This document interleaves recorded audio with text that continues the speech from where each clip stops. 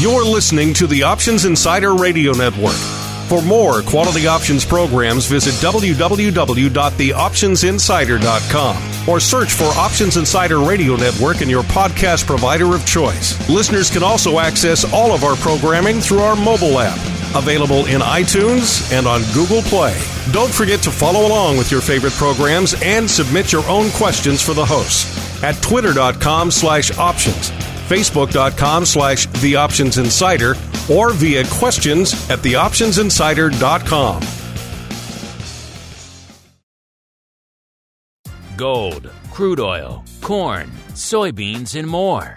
With so many tradable products, the futures options market can be an intimidating place. How can you possibly keep track of the latest trading developments across so many different products? Don't worry, we've got you covered. Welcome to This Week in Futures Options, the program designed to help active futures options traders stay on top of this ever-changing marketplace. Each week, we'll break down the top trades, hot products, volatility explosions, and much more. This Week in Futures Options streams live, so be sure to check out our live stream via the Mixlr app. That's MIXLR. Or join our live chat room at mixlr.com/options-insider.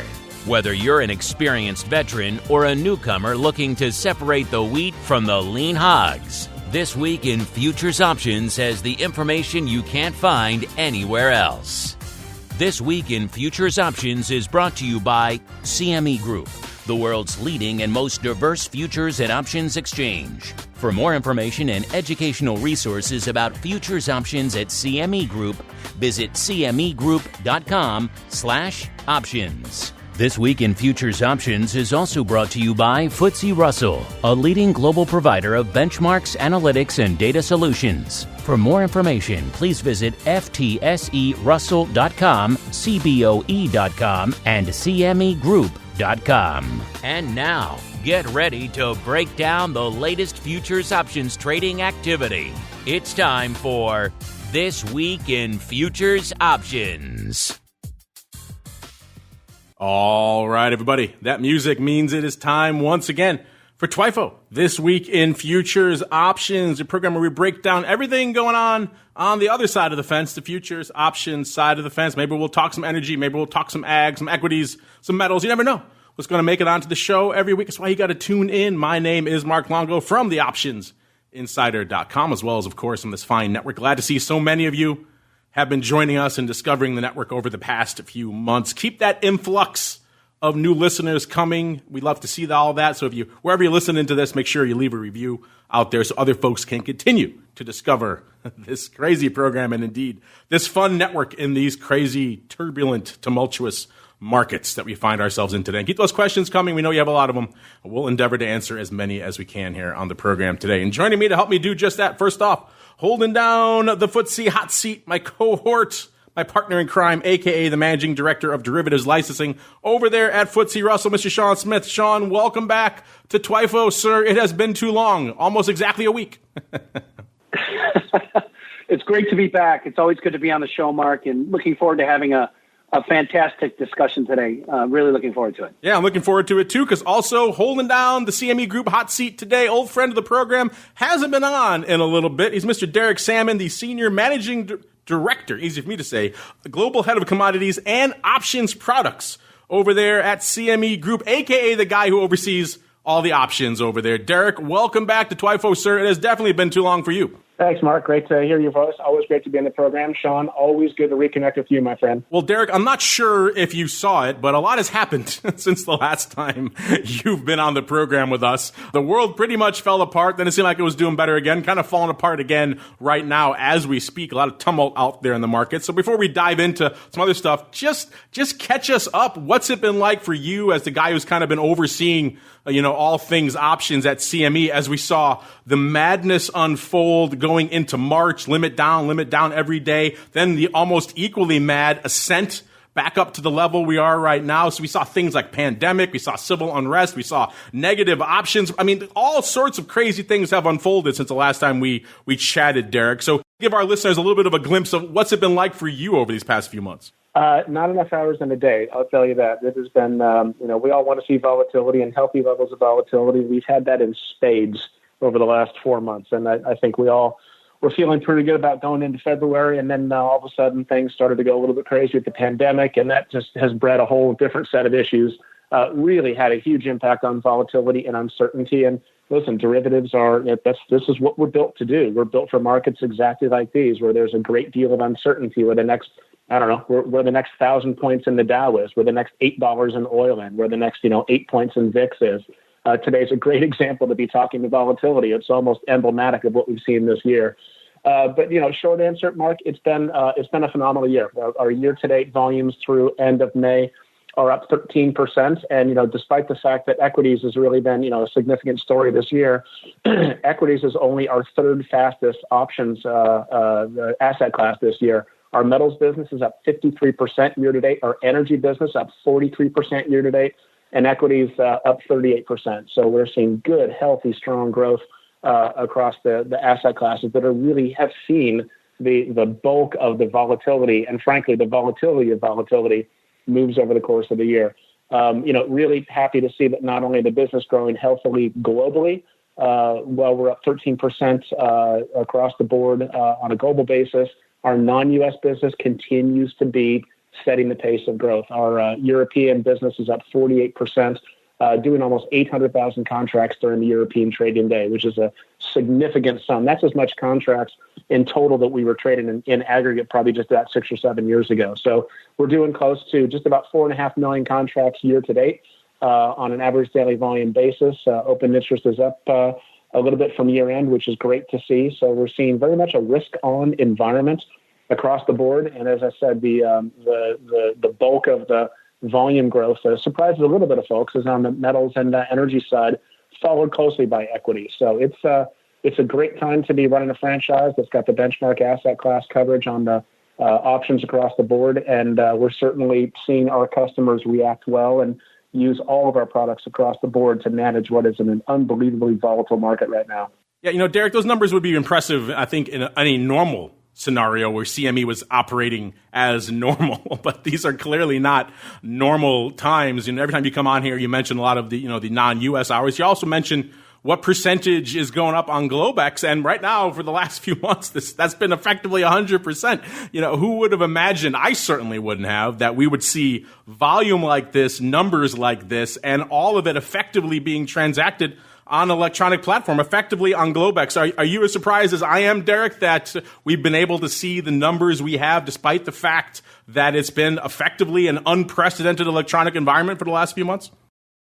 Well, yes and no. I would say, remember, Mark, we spent a lot of time and a lot of work innovating our technology, adding functionality, capabilities, building our front-end CME Direct, working with our collective best friend, Nick Howard, and QuickStrike, and embedding all of those terrific QuickStrike tools and analytics up inside of CME Direct to draw more folks to our front end and to be able to execute electronically. Every single asset class, including fixed income, going up to March 13th, the last day that we had the trading floor open before we closed for COVID, every one of those asset classes was continuing to expand the percent of business trading electronically. Just to kind of level set, the E-mini options, as you know, are only electronic. So that was already about the aggregate of the options complex, and equities was already about 97% electronic.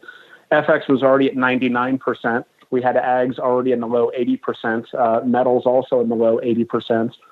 Treasury options close to 80% electronic. Eurodollars was kind of 51 or 52% still trading on the floor, but trending lower. So the work that we had done and the pace of growth on the box has not surprised. It was actually very encouraging to see all the work that we had done to set up our front end, our technology, the ease with which customers that maybe had only been traded on the floor could rapidly sign on to CME Direct and get access to the electronic platform for being able to transact off the floor was as seamless as possible. We actually saw the floor-based Eurodollar options business go from about 1 million contracts and in aggregate about 2.7 million contracts overall actually stay static or even grow a little bit. So we don't feel like we lost business during the time that the floor has not been an available execution venue. We do feel that the work we have done and the investments we've made in the front end has made that transition more seamless for people. That said, we did just announce late last week that we are going to be aiming to reconfigure the euro-dollar options pit and look for a reopening date of August 10th is what we're shooting for right now.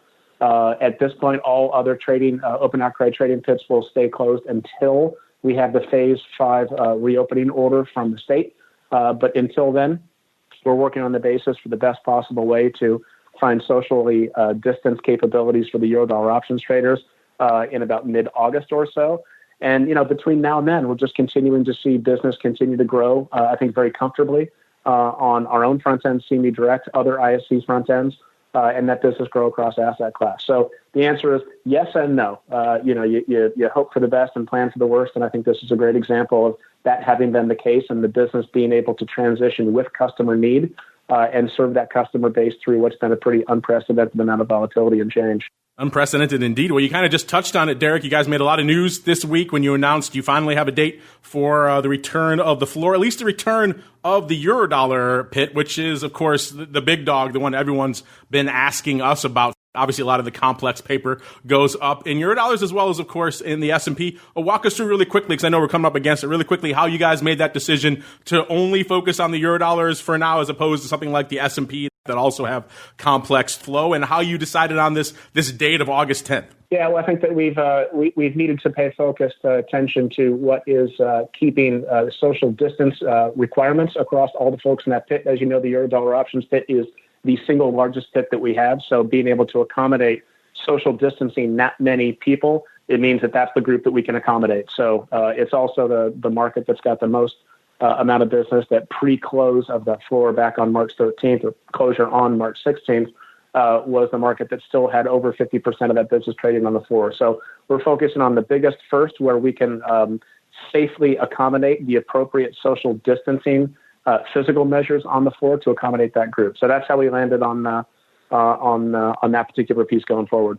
Well, I've been monopolizing you here, Derek, but I know my cohort here, Mr. Sean Smith, is champing at the bit to get in here. What do you have for Derek, Sean? I wanted to just respond to Derek when you first started speaking, Derek. It's a real pleasure to reconnect with you, too. I don't think we've touched base since we've gone away from the office and working remotely. So I wanted to say hello and hope and pray you're healthy and everything is well with you. But again, I also wanted to congratulate you. And when I say congratulate you, I mean you, CME Group, on just incredible milestones in growing various products, including the equity suite of products. And of course, I'm very passionate about our FTSE Russell business that we partner with you guys. We're just very excited about volumes and open interest and the incredible successful launch of the micros, and particularly the Russell 2000 micros have just done incredibly well. And just a congratulations across the board, and very excited to see the Eurodollar options pit open back up again. As Mark has mentioned, it's a constant question every single show. When are the options pit at CME going to open? And makes all the sense in the world to me that from a social distancing point, you bring in the biggest product and you make the place logistical so that people stay safe, which I know is obviously a paramount reason behind all the logistics to create such an environment. So best of luck with that, and it's just it's fantastic to hear your voice. So I'm glad to have you on the show with us. Thanks, Sean. It's great to catch up as well. It seems like both yesterday, but about 9 years ago since we physically saw each other. But I know we're going to be getting back to it soon at some point. So look forward to whatever our new normal looks like. Right now, I'm talking to you from my living room and sitting here, and let's just say I'm not in the coat and tie right now. So we're dressing down has its advantages. There are some positives to a global pandemic. Well, I know we have to cut you loose here, Mr. Derek, so let's leave it on this. I know a lot of our listeners would like some insight into what's going on from an overall CME options perspective. You guys have a lot of irons in the various fire. I'd be curious for you, as you've been managing all of this madness and this maelstrom over the past few months, the sell-offs, the rallies, the pandemic, the unrest, now, of course, the big sell-off yet again. what to you really stands out as maybe the biggest takeaway, the biggest surprise? You thought, hey, I really didn't expect that. I'll give you one. My biggest surprise over the past few months has certainly been WTI trending negative and all of the things we've seen develop out of that, the analysis, the research, the discussion points. That certainly, it continues. People still hit us up about that. So I'm curious for you, leave our audience, what was the biggest perhaps surprise or maybe head-scratching moment for you and the team over the past few months? Well, I'll say two things. A lot of people, always, particularly in the options world, tend to, hope for a lot of volatility. And sometimes you be careful what you wish for. And you get these massive bouts of volatility. You saw WTI volatility go from kind of the high 30, low 40% ratio up to about 160%. And you're starting to tread on territories where too much volatility starts to scare people and you start to see people pulling back a little bit. What really surprised me and encouraged me was the consistency of liquidity provision across all of our asset classes in options, particularly in times of significant market stress. We also saw, not surprisingly, a lot of the market retrenched back into the benchmarks where they know they've got reliable, deep liquidity in electronically accessible format. So, it's validated much of the investment that we have made, the investments we continue to make in our infrastructure, in our robustness, in our stability of systems. So when the stuff is, hitting the proverbial fan, customers know that they can get access to the market data they need, the trading access and the pools of liquidity they need 23 and a half hours a day, no matter where they are in the world, no matter what event is buffeting their world. That actionable liquidity, and particularly on screen, I think has proven that this is a place that in times of stress, people are going to retrench to. So I'm very happy about that. The other piece is, you touched on a little bit, certainly the day that we saw crude trade negative was equally surprising to me, that we also saw a significant move in the gold market. We've seen the physical commodities, particularly energy, and specifically our WTI contract and gold specifically in metals, be two of the most active options contracts we've got really in those two. And I mentioned before, the numbers I think surprised a lot of people. There's an expectation that, with equities leading the charge overall in volume, that would also be the fastest growth driver on the options side. But as I said, fastest growing for us is metals, followed by energy. And you saw two pretty significant moves in both of those asset classes, both up and down. Not only did you see WTI trade from 20 down to 15, briefly down to negative on April 20th, went back up and trading up to 40, and now we're back in the low 30s with it selling off again today. There's no trending market right now in the physical commodity space, and I think that's been both good for traders that were anticipating that, and I think it's been really encouraging to see the amount of stability in participation and robustness, particularly from the market making community. A lot of folks think that when volatility hits in significant bouts, that you see some of that price provision step back. It's been anything but. That price provision across our asset classes in the market making community to ensure robust, executable two-way prices in everything from equities to FX to fixed income to metals continues to be there. So some positive surprises, a couple of head scratchers in terms of trying to understand some of these moves, but that's not my job, man. My job is to make sure that we've got the right products and the right platform delivered in the wrappers that our customers need so that we can continue to grow this terrific business and provide those global risk management tools that help people manage their business and make a living in this crazy world. Well, Derek, Sean and I have to keep on rolling with the movers and shakers and all the other fun stuff of the show. I'm glad we can get you on for a little bit here at the top of the show. We'll have to do it again, A, more frequently than whatever it's been the last 6 months or so. And then B, hopefully the next time you come on, there haven't been as many surprises in between your visits. Let's put it that way. That sounds good. Thanks, Mark. I appreciate it. Sean, look forward to catching up over beer at some point. Sounds good. Take care. All right. Take care, fellas. All right, there he goes over there as we head on into the big movers and shakers. A lot, as you might imagine, moving and shaking. A lot moving and shaking even today. So this number is changing as we speak out here, listeners. But Sean, you know what I'm going to ask you next. You probably can just answer it off the top of your head. Where should we begin our journey this week, sir? With all these red numbers today, I got to go upside. How did I know? I already have it queued up. How did I know that you were going to go that way? And you're right. We are seeing a lot of red today, at least on the broad equity side of the space. S&P now over 5% to the downside, about 5.25%. Dow closing in on off 6%. NASDAQ was about 3 2/3 as of our last show. Now it's up about a full percent from there, about 4 2/3. So this sell-off exacerbating.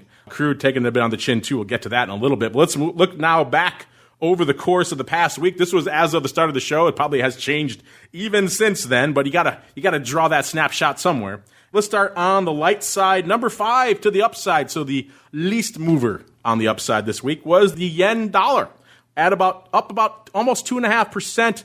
Number 4, lean hogs up about 2.8%. Number 3, the old Ultra Bond up about almost 3.5%, about 3.44%. Then numero dos, we got copper. Don't see copper on the list too often. Copper up nearly 5%, about 4.7%. And the euro dollar is taking the top spot out there, up 4.84%. Maybe the news, not even a rumor anymore, the news that they're coming back in a physical form, as we just heard Derek confirm at the top of the show there. Maybe that leading to a little bit of joy out there on the trading crowd.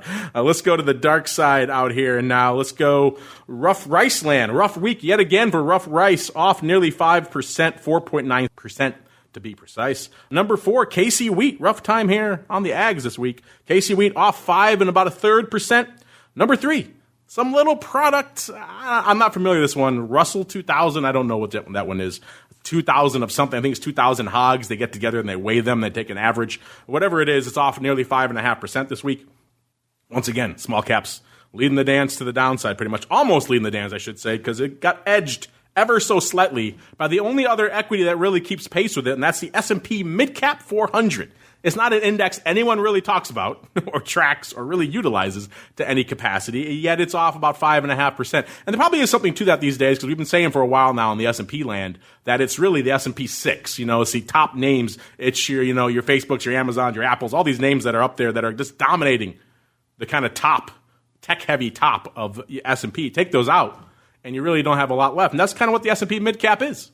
It's taking those out. So it kind of makes it maybe a little bit more interesting, maybe a little bit more insightful to what's actually going on in the economy, rather what's going on with a handful of giant tech names out there. Number 1 to the dark side this week, oats, off 9.5%. Now, before you got up in arms and say, hey, let's talk oats this week, did a little digging before showtime, and there was a whopping 20 contracts traded on oats this week from an options perspective. So unfortunately, not a lot of options nuggets to sink our teeth into. But we got to start equities today, Sean, because that's really what's leading the dance out here.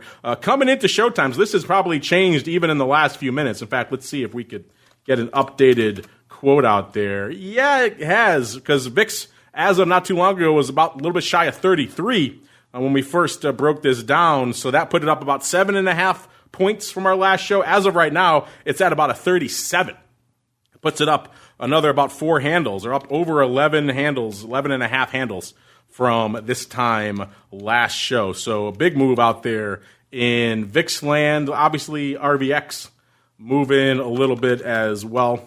Coming into showtime, it was at about a 45.5. I'm going to go out on a limb and say that's probably a little bit higher now. And yeah, it's 47, a little bit north of 47, about 47.1 out there. So that puts that up about 12 points on the week. So a big one. That spread actually tightening up a little bit. It was about 12 points coming into not that far before the show. Now it's at about almost exactly 10 points. So pretty much almost exactly as wide as it was last week, which is kind of interesting. But Sean, you guys have kicked it off. You obviously have the big recon that happened last week. It started happening with the naming day last week on the 5th. You have more dates coming up. And also we have this just completely just crazy sell-off going on out there right now today. It seems like all these concerns that have built up in the equity market since mid-March when we started this V-shaped rally are all playing themselves out right now. So what are your thoughts on what we're seeing out there from a sell-off perspective,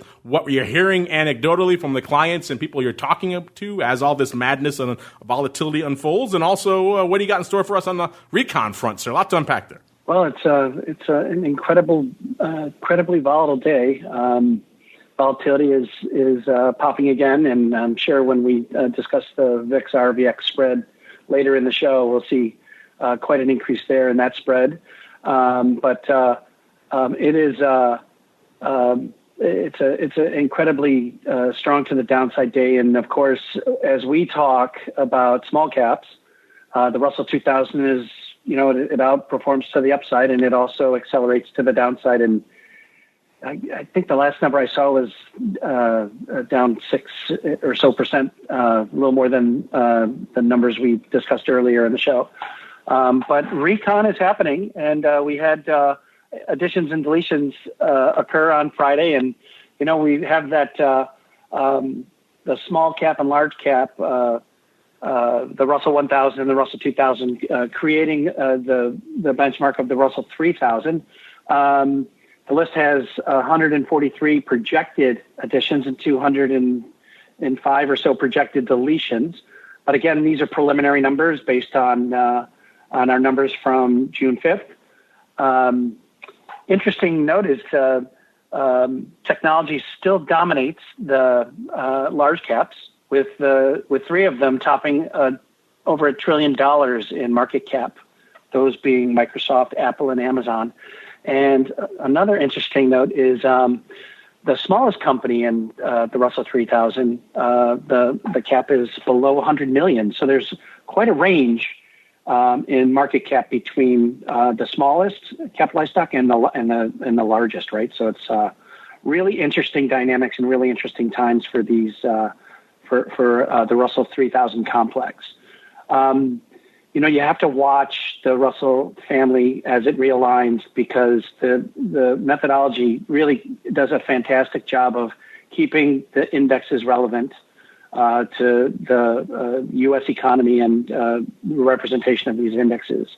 And there's over $9 trillion in investor assets benchmarked to these Russell U.S. indexes. And this reconstitution that happens once a year, we expect record volumes with this rebalance this year, of which happens at the New York Stock Exchange and on NASDAQ as well. So we're very excited about the volumes, and June 26th is going to be an exciting day, and those you'll see all of the stocks in the index and performing on Monday, June 29th. So very, very exciting times coming up. Exciting times indeed. Let's break it down right now. Looks like some big paper going up out there in the Russell 2000 right now. We've been saying for a while, Sean, that it seems like pretty far out of the money puts seem to be dominating the tape, and that appears to be the case again this week. Coming into Showtime, or actually coming in as of a few minutes ago, by the way, I forgot to mention at the top of the show, there's so much to pack in there, cmegroup.com/TWIFO, TWIFO. If that doesn't work for some reason, listeners, TWIO will work. So both of those should work. Sometimes one or the other doesn't, but TWIO always seems to work as well. That's this week in options. They forget the F sometimes. Either way, both of those should work. Get you these reports we're talking about right now. Coming into, actually as of a few minutes ago, Russell was at about 1354.30. That puts it up, about 8% net on the week, even with this crazy sell-off we're seeing out there today. Today, not a good day, but net, it's been a interesting. Again, that's just for the last few sessions. That's not for, still last show. That's a different scan we run at the top of the show.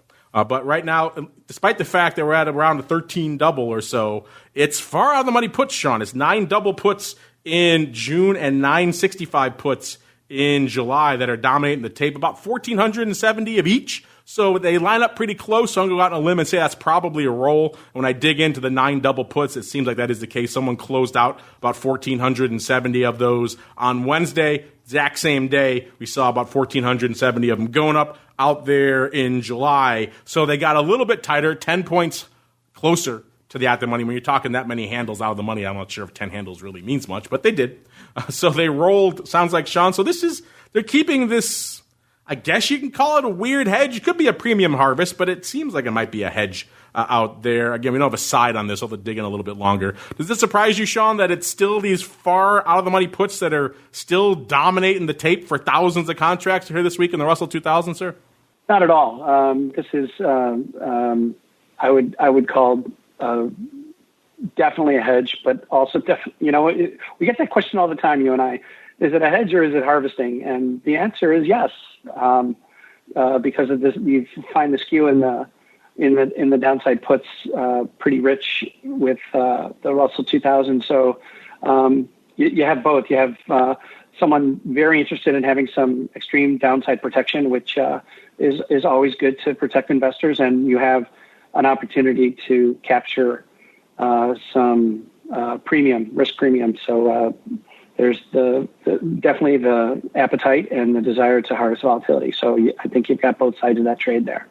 There's an appetite for ags, certainly at least to the downside this week. So let's go a little bit of ags land. Don't get in there too often because they haven't been popping off too much, but they are this week. Number one to the dark side was oats, off nearly 10%. Unfortunately, oats did a whopping 20 contracts this week, so not really a big option story for us to sink our teeth into there. If you're wondering, S&P Midcap 400, by the way, 0 options contracts, no options on that. So no option story to parse there either. Obviously, Russell 2000, we just did. Let's go out to the wheat. A KC wheat, that gets into the back and forth between KC wheat, which this week did about 18,000 contracts. Decent paper. Then, of course, SRW wheat, a.k.a. soft red winter wheat, a.k.a. Chicago wheat. That's where the action really is on the wheat land, 111,000 contracts. So even though SRW wheat not exactly moving as much as KC wheat, there's more options flow to parse. I think we're going to hang our hat there. Coming into showtime, we're seeing this week at least, SRW wheat is up nearly 2%, 1.7%, right around the 509 handle, listeners, if you don't follow wheat too closely out there. Most of the paper coming in this July contract that has about 34, almost 35 days to go. And looks like the big trade is the 520 calls. So about $11 out of the money calls, going up nearly 7,000 times out here. The big print actually on Monday, 2,100 on Monday, about 2,000 on Wednesday, 2,000 on Tuesday, 1,300 on Wednesday. The rest kind of scattered throughout the week. Good chunk of that opening. So a lot of opening upside. Maybe some folks thinking this, at least recent rally we're seeing out here, has some legs. Net on the week, again, KC wheat off a little bit. So kind of a bit, maybe thinking that sell-off overdone. Want to load back up. Either way, calls leading the dance out here this week. Let's get to the SKEW really quickly, too. Just want to maybe throw in some other complexes out here as well. The puts, looks like the puts haven't really changed too much. The puts were 0.4% cheap to the at-the-money last week. This week, 0.6% rich. So I guess about a point swing, getting a little bit bid out here, but not a ton. Really, as you mentioned, it was the calls. The calls had all the action last week. They had 3.1% bid to the at-the-money, so a slight bias to the calls last week. This week, the calls and the puts are almost, actually, they are literally symmetrical. They're 0.6 rich on the puts, 0.6 rich on the calls. That means we got a nice smile out there in front month, at least out there in I almost said KC wheat, in Chicago wheat.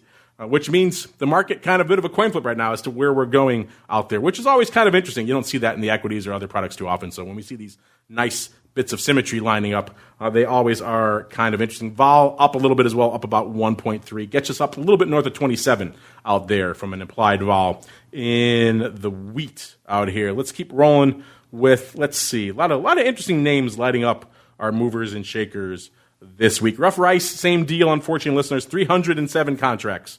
So not a lot to parse. Tell you what, really quickly, let's look at KC wheat and see if we see anything interesting. Again, it's only 18,000 contracts, not a ton to parse out there. Let's see, coming into showtime, the big contracts out here. And again, a bit of a different story. SRW wheat, Chicago wheat up, KC wheat off. So a little bit different deal. The big print out here is 1,700 of the 500 contracts, 500 even. 500 strike contract. By the way, if you're wondering, KC wheat at 444.5 right now. Vol up a little bit out there. SKEW puts were about 1.2% cheap last week. This week they're about 1.7%. So puts a little bit, not much. And the calls have come in about a point. They're about 5.7% rich this week, about 4.6%. So not a ton of action out here. Again, not a ton of paper in KC wheat with these 500 even strike calls leading the tape out here this week. Let's just look really quickly. Yeah, the big days were Monday and Wednesday, 570 odd each of those days.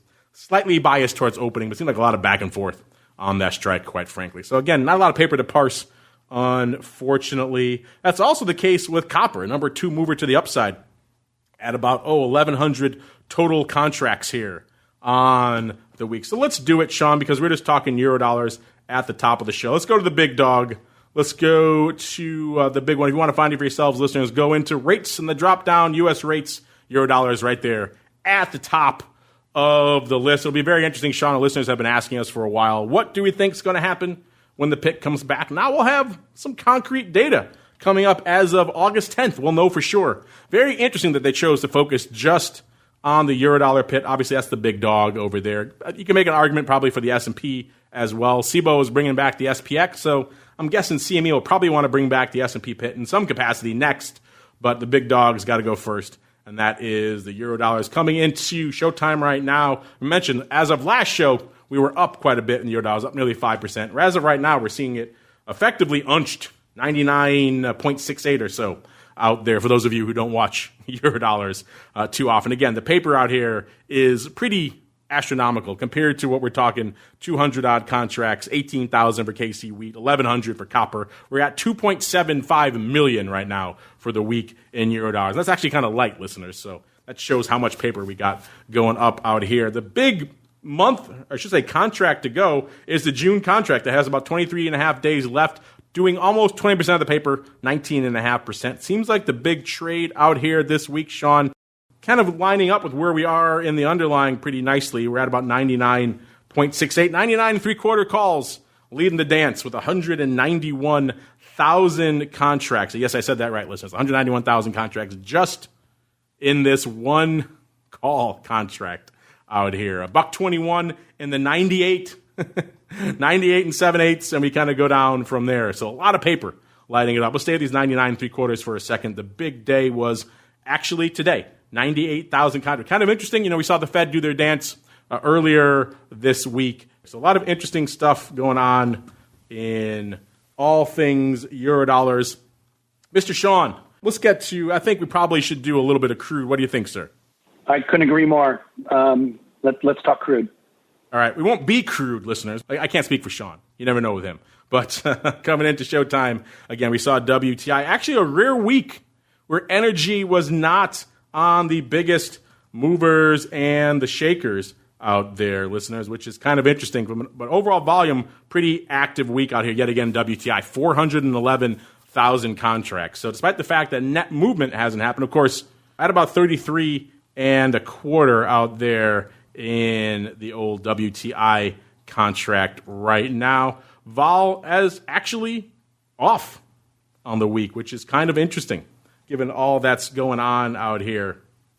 I'll make sure some of this data is coming through correctly out here, listeners, because some of this is kind of interesting, but we'll parse what we can. Maybe a little bit of a hiccup here with some of these analytics here. But let's see what we can parse out here. Again, coming to showtime right about 33 and a quarter. Seeing front month vol kind of up. The rest of the vol actually off a little bit out here. Looking at where the big positions are, over 51% of the paper in this July contract. So it's still front month.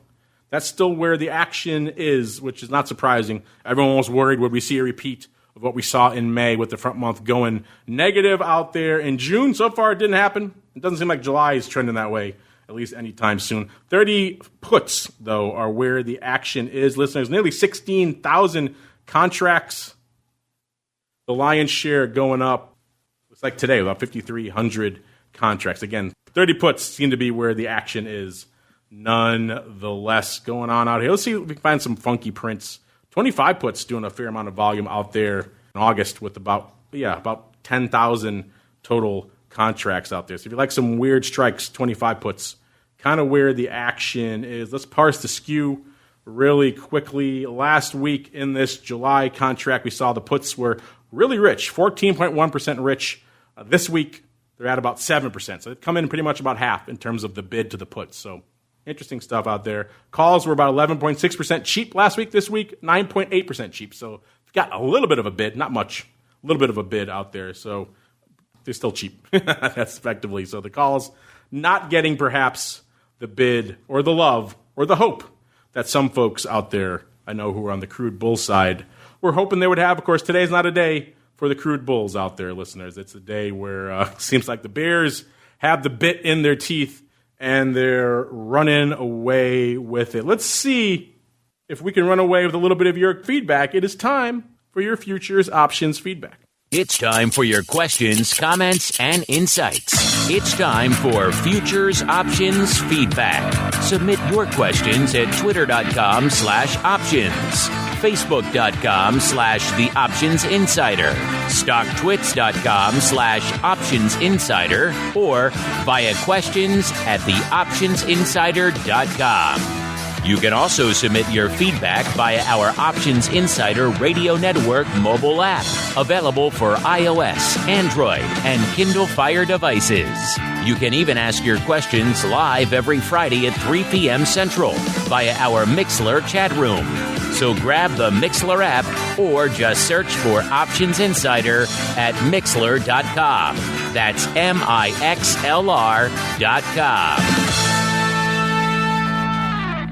All right, everybody, let's dive into some of your feedback. Sean, a lot of interesting feedback. Let's start off with short and sweet here, coming from Anne Maria. She just said on our last show, which was negative rates, equity rallies, and crude kerfuffles, she just chimed in and said she loved it. Well, thank you, Anne Maria. We love your feedback. We love all of you out there who are enjoying the show, regardless of platform. A lot more of you are enjoying it on the YouTube, so we'll keep putting it out there, even though just about every episode we post there has some sort of copyright issue with it. We have to deal with it every time. We have licenses to all the music we use, yet somehow that's still an issue with YouTube. It's very annoying, but hey, we'll do it for you, Anne Maria, and everyone else out there who's enjoying getting the show in that capacity. Next up, let's go, Sean. Once again, Recon on the brain. Let's go to LT3. Maybe he's Lieutenant 3. Either way, he wants to know, how is Recon shaping up from a volume perspective? Will this be a historic year? Well, obviously, Sean, we haven't seen the big numbers yet. That's still yet to come. But you have any indicators so far of what people are expecting behind the scenes, Sean, you want to share with LT3 and the rest of our listeners?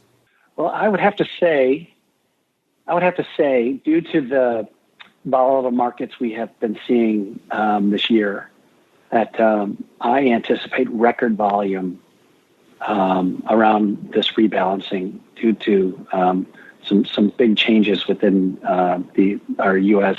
equity markets and representation in our indices with so many projected additions and deletions that I expect record volume. So great question from LT3.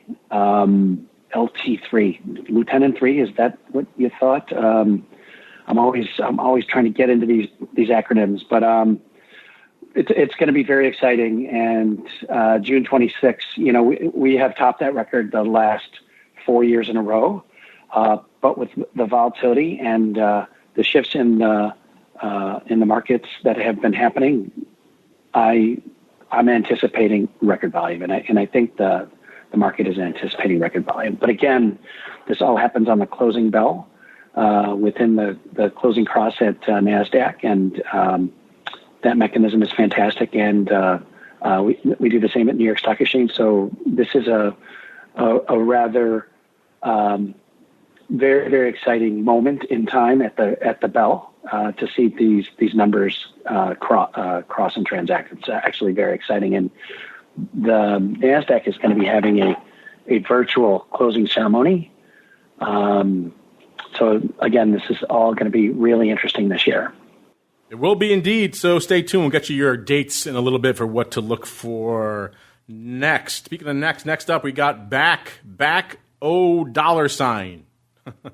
They want to know, why is OIV no longer an active ticker? You discussed it on the show, and I found it to be a useful indicator for crude oil volatility. Well, that's because it is, or at least it was, their back O $. OIV, of course, listeners, was the VIX of the WTI contract. Yes, there are VIXs on more than just the S&P. You don't hear about them too often, but they are. And they're useful gauges for a quick snapshot of what's going on. It's VIX, so it's pretty much front month at the money implied. You got a little bit else baked in there. You got a little bit of SKEW. You got a little bit of the near-term weeklies baked in there. But effectively, it's front month at the money implied out there. So that's what it's giving you. And that's what it was giving you on the WTI contract. Of course, what happened to that front month WTI contract, listeners, not too long ago? It went negative.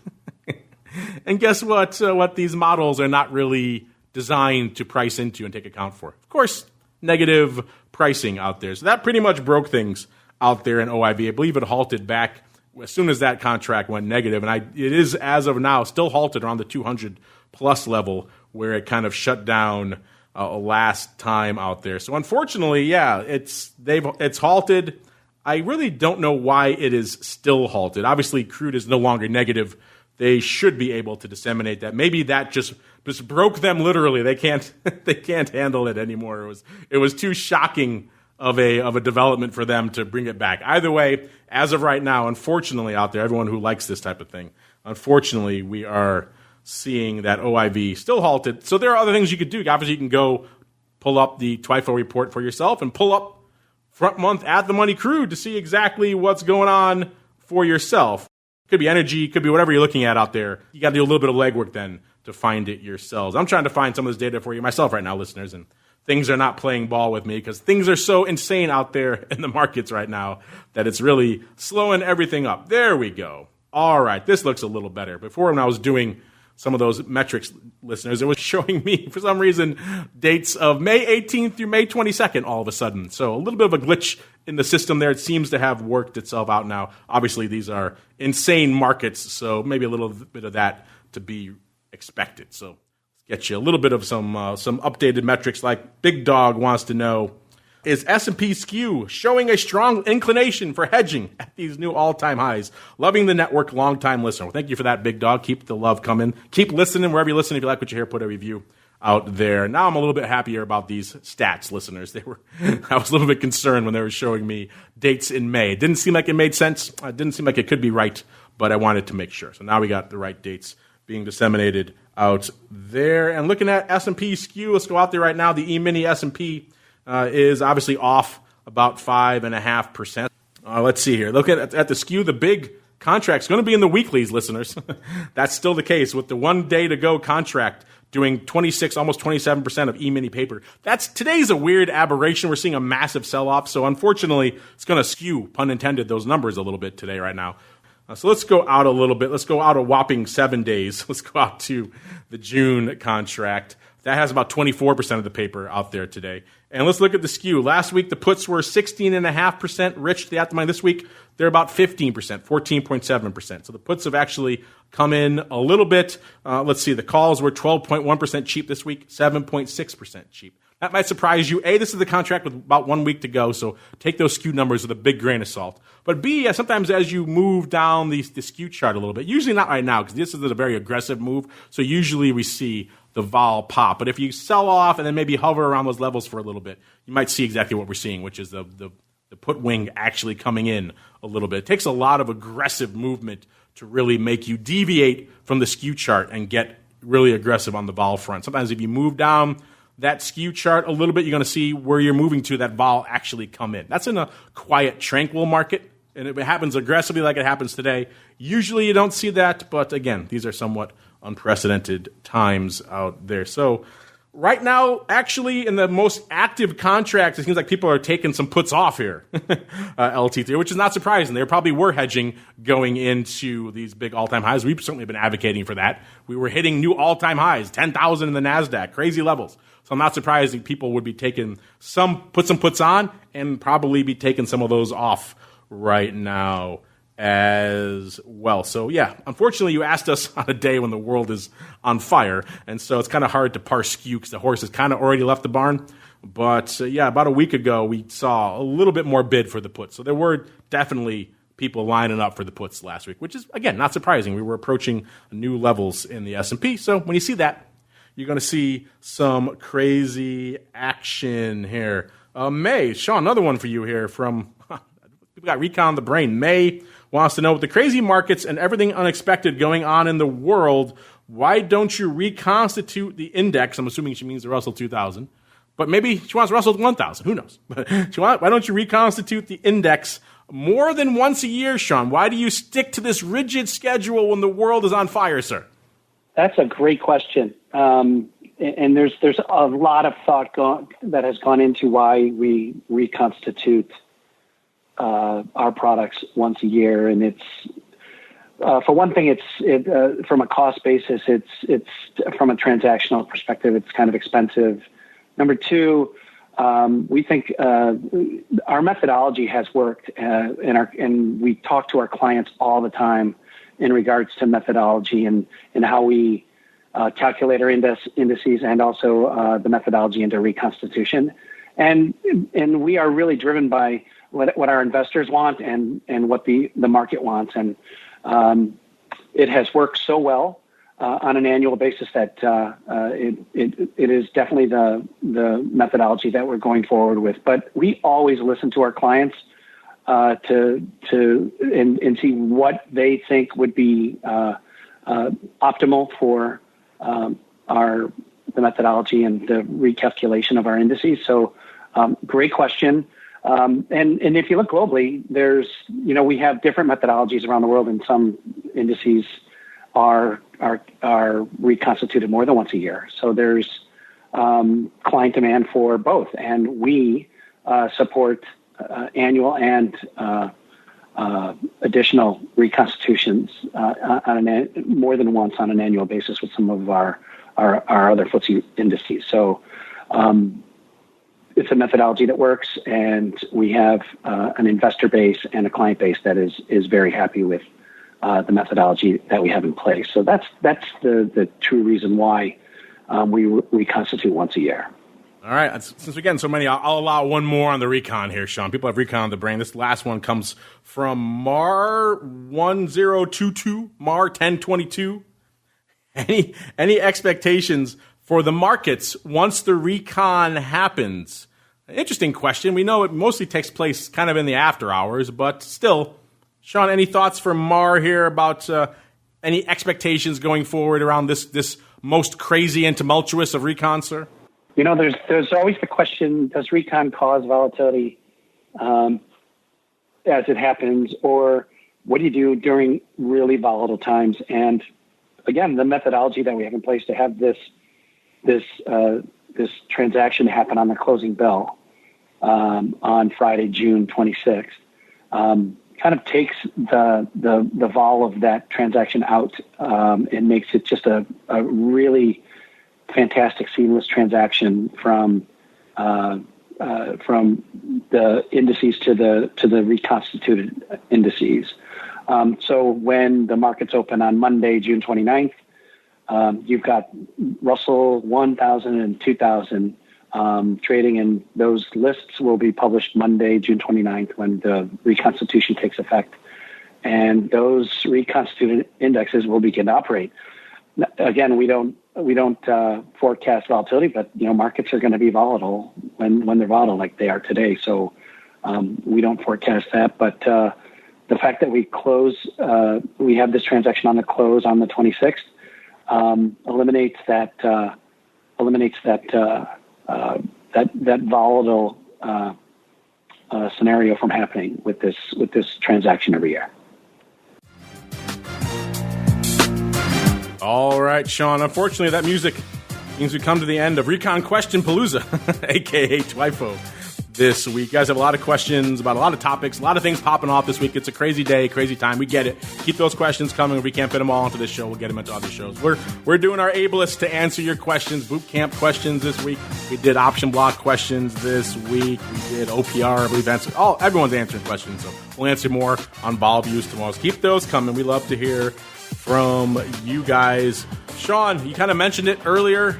People obviously have it on the brain, so hit us again with those dates for what the heck we can expect for all things recon in the coming weeks. Well, we still have a couple of weeks of still working on these indices, and our index team are working tremendously hard. That's for the next couple of weeks.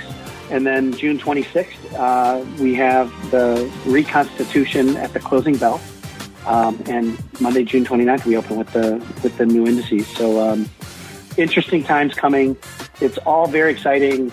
There's actually a nice article that we put out on June 5th about FTSE Russell beginning the 32nd annual recon.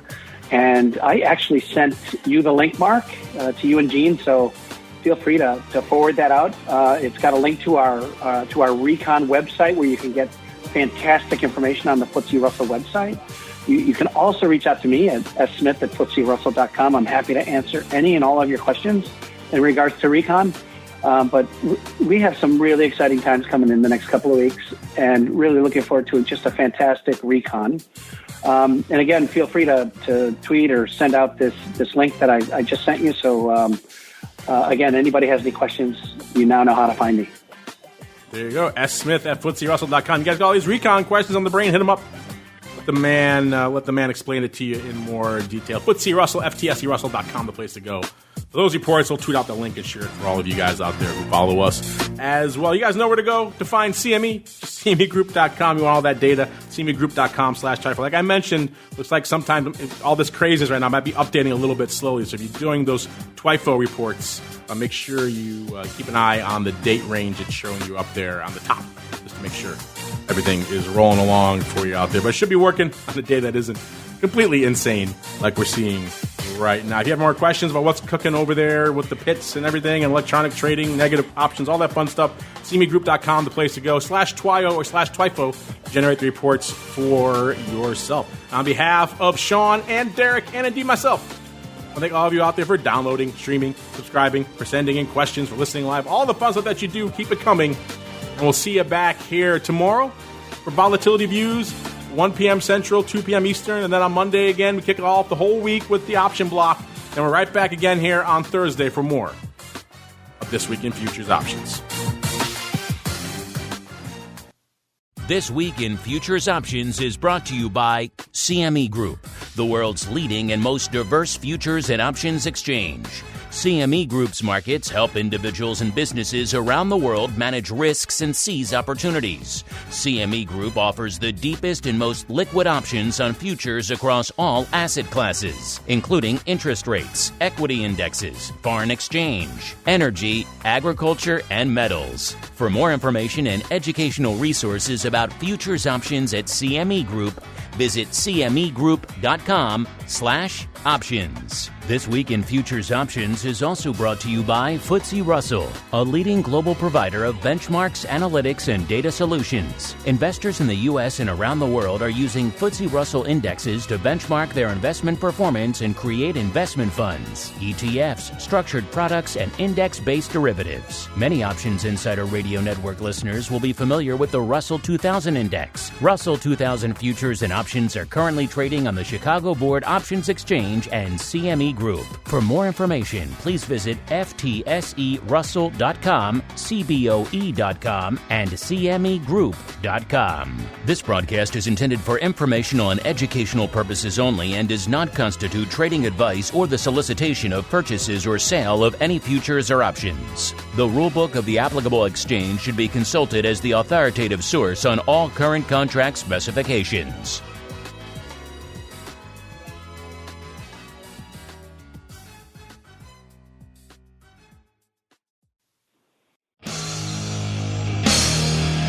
The preceding program was a production of the Options Insider Radio Network. For more quality options programs, visit www.theoptionsinsider.com or search for Options Insider Radio Network in your podcast provider of choice. Listeners can also access all of our programming through our mobile app, available in iTunes and on Google Play.